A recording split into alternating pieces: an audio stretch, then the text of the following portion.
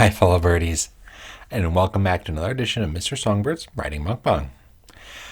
It's a pleasure to speak and see you folks, especially because I haven't had the chance to do one of these in, 3 weeks. Ugh, it's been a while.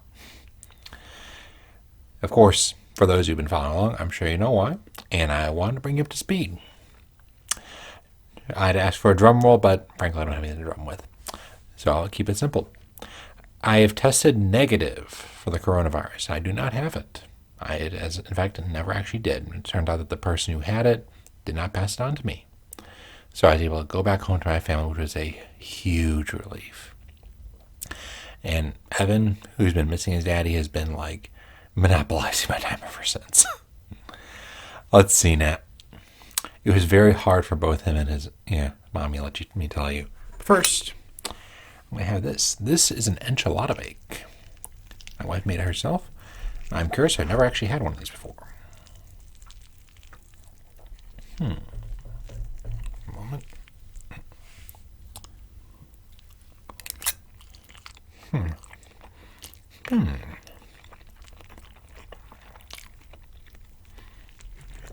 Not bad. A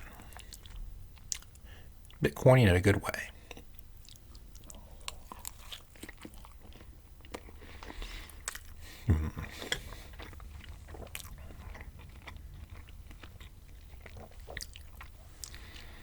I need to figure out how to eat this without these giant pieces. But let's see. But yeah.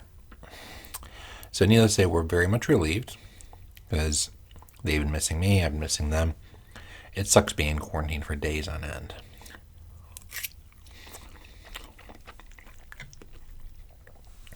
Now, apart from that, I want to bring you up to speed on progress on my the second book of the Mage Trial series, because that's what I decided to focus on presently. So far, I'm roughly about 25,000 words in on the rough draft, and I'm working to turn that into a first draft.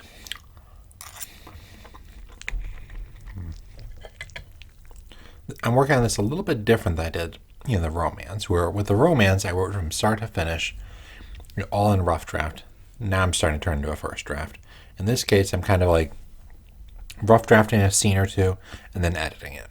The rough drafting another scene or two and editing it. So on and so forth.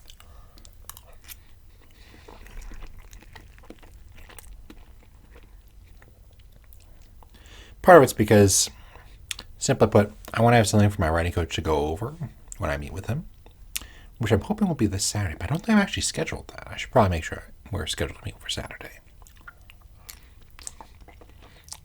Now,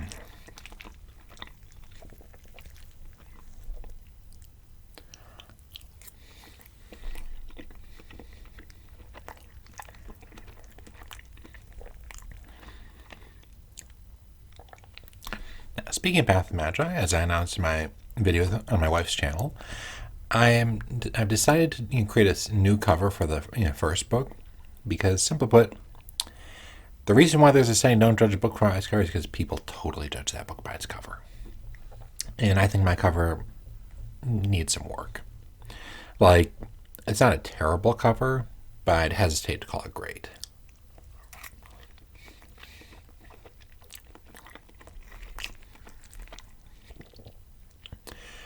I've been looking into, how should I put it, stock images in this case that a actual pro editor and designer will take care of it.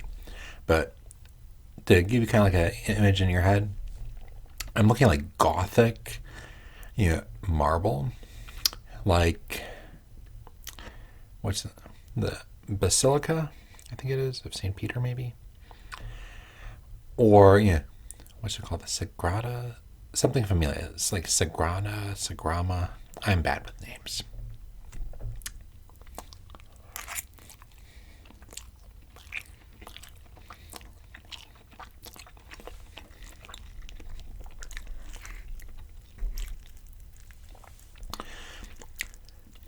Which is part of the reason it's actually taken so long, because my cover designer did a great job, and it looks beautiful Like, I might even post it just so you can see how pretty it looks. But the problem is it had more of a Middle Eastern, Arabian style of architecture, kind of like Aladdinish. And, well, again, amazing looking, and that made me want to do it all by itself. The problem is people have their expectations set by the cover.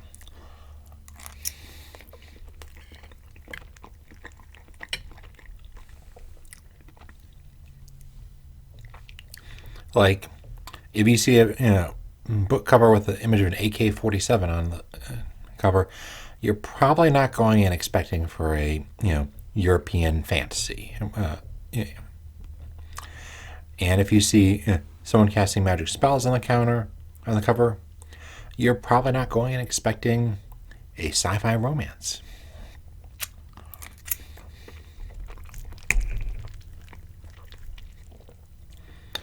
And if you see a male and female in close proximity, possibly partially unclothed, and with like heart symbols on the various things, you can probably guess what you're going to see.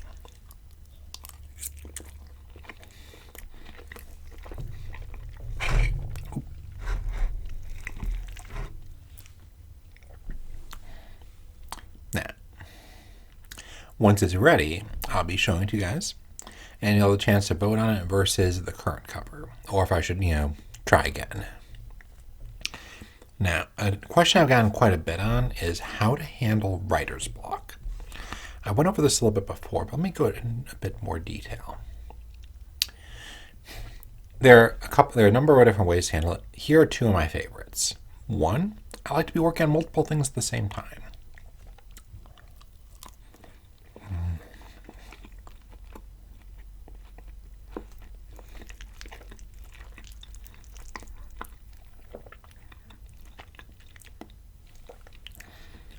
The reason is because often when you get blocked on one, you can just swap over to the other one while you're thinking about the first one, and then do that. Swap it to the third one, then go back to the first one. It's a very easy method to handle it. The only downside is it tends to lower your productivity on each one because, well, you're swapping from one to the other to the third.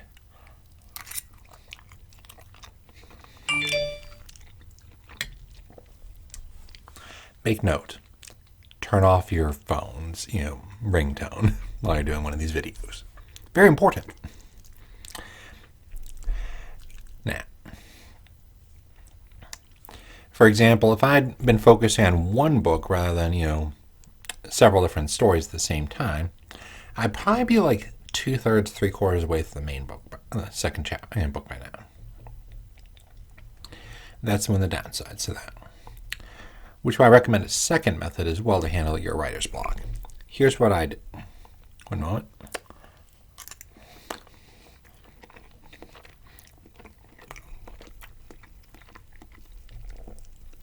Step one, find a book or fan fiction or a story that you just love. Especially if you love it for the writing as well as the story itself. Because honestly, you can have a great story without high quality writing, but the high quality writing makes it really sing. So find a truly great one, and then I take a separate piece of paper, or Word document or Google Doc. I use Google Doc, and just simply start copying it down, word for word.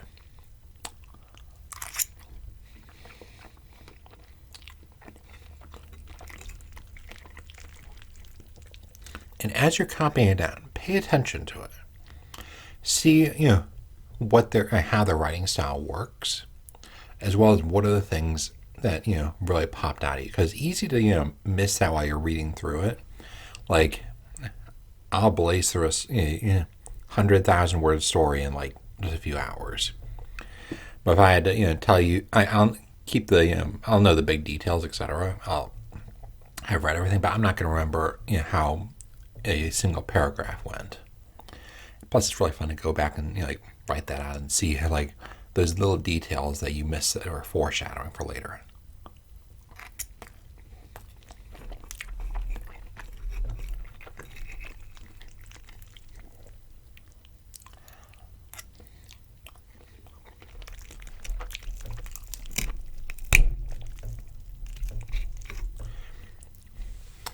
Like, one thing that my writing coaching does really well, and I started to pick up on, he's a master of making like having a conversation where you think that the main character is totally right, and then 10 chapters later you realize no, the main character was an idiot and he was completely wrong, and now he's got to deal with the screw up from his mistake 10 chapters ago, without feeling like at the beginning of it that he's an idiot.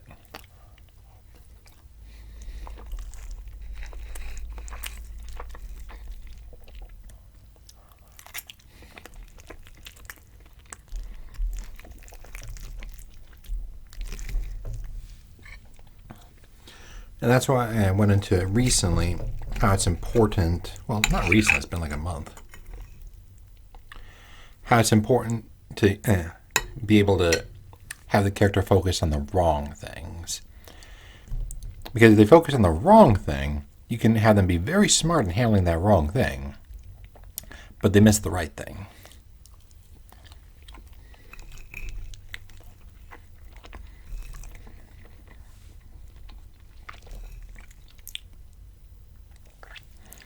Like, yeah, congratulations, you figured out how to save your little sister, and you completely failed to realize that the guy that you were trying to stop was trying to prevent the other guy from invading the kingdom. Whoops.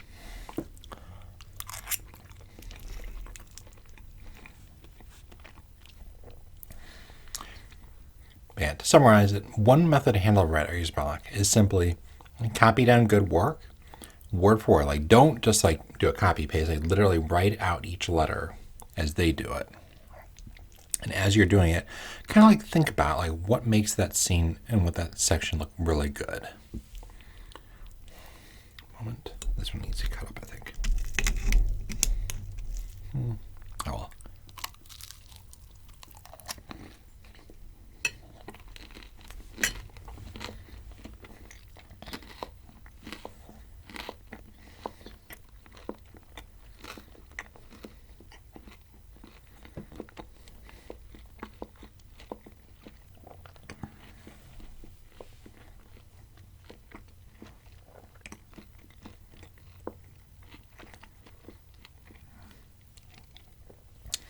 That one might have been a little bit overcooked, that particular section.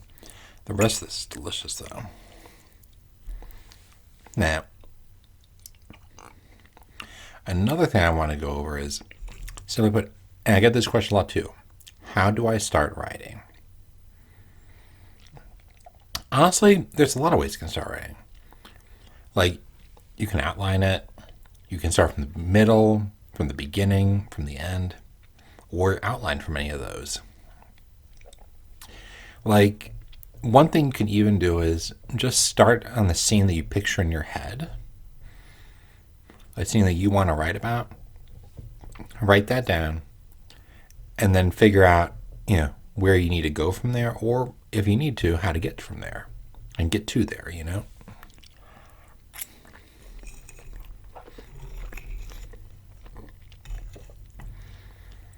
Sometimes you don't need to explain why you get there. A lot of great stories start in media res, or media res. I can't pronounce it. But basically means in the middle of it, in the middle of the action.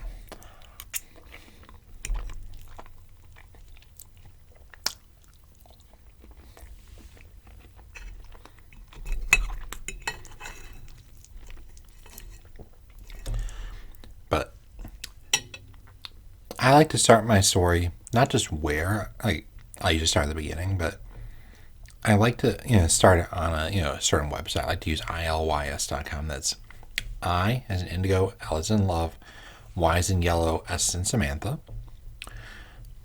And I want you to know, I'm not paid a cent for this. I just use it a ton of it, like 100,000 something words using that site.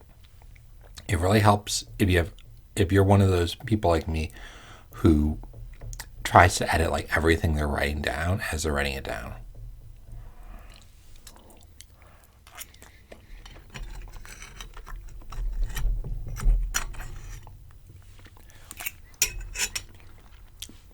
Now, the number one advantage that you're going to have, and that, for example, I run into I kind of wish I had sometimes, I'm glad I published a book, but there are disadvantages as well. If you haven't written it yet, you have complete flexibility to make changes. It's okay to screw up, the first draft. It's fine, as long as the draft that you publish is great. Like, going back in hindsight, I wish I'd changed some of the description or some of the dialogue for my first book. Some of the foreshadowing details for but I can't do that because I've already written it. It's one of the things you have to be careful with writing yourself into a corner, but that's one of the advantages you have with having not published it yet. You can make mistakes. The only person going to see it is you and anyone else you want to show it to. But for now, final bite. And let me tell you a secret.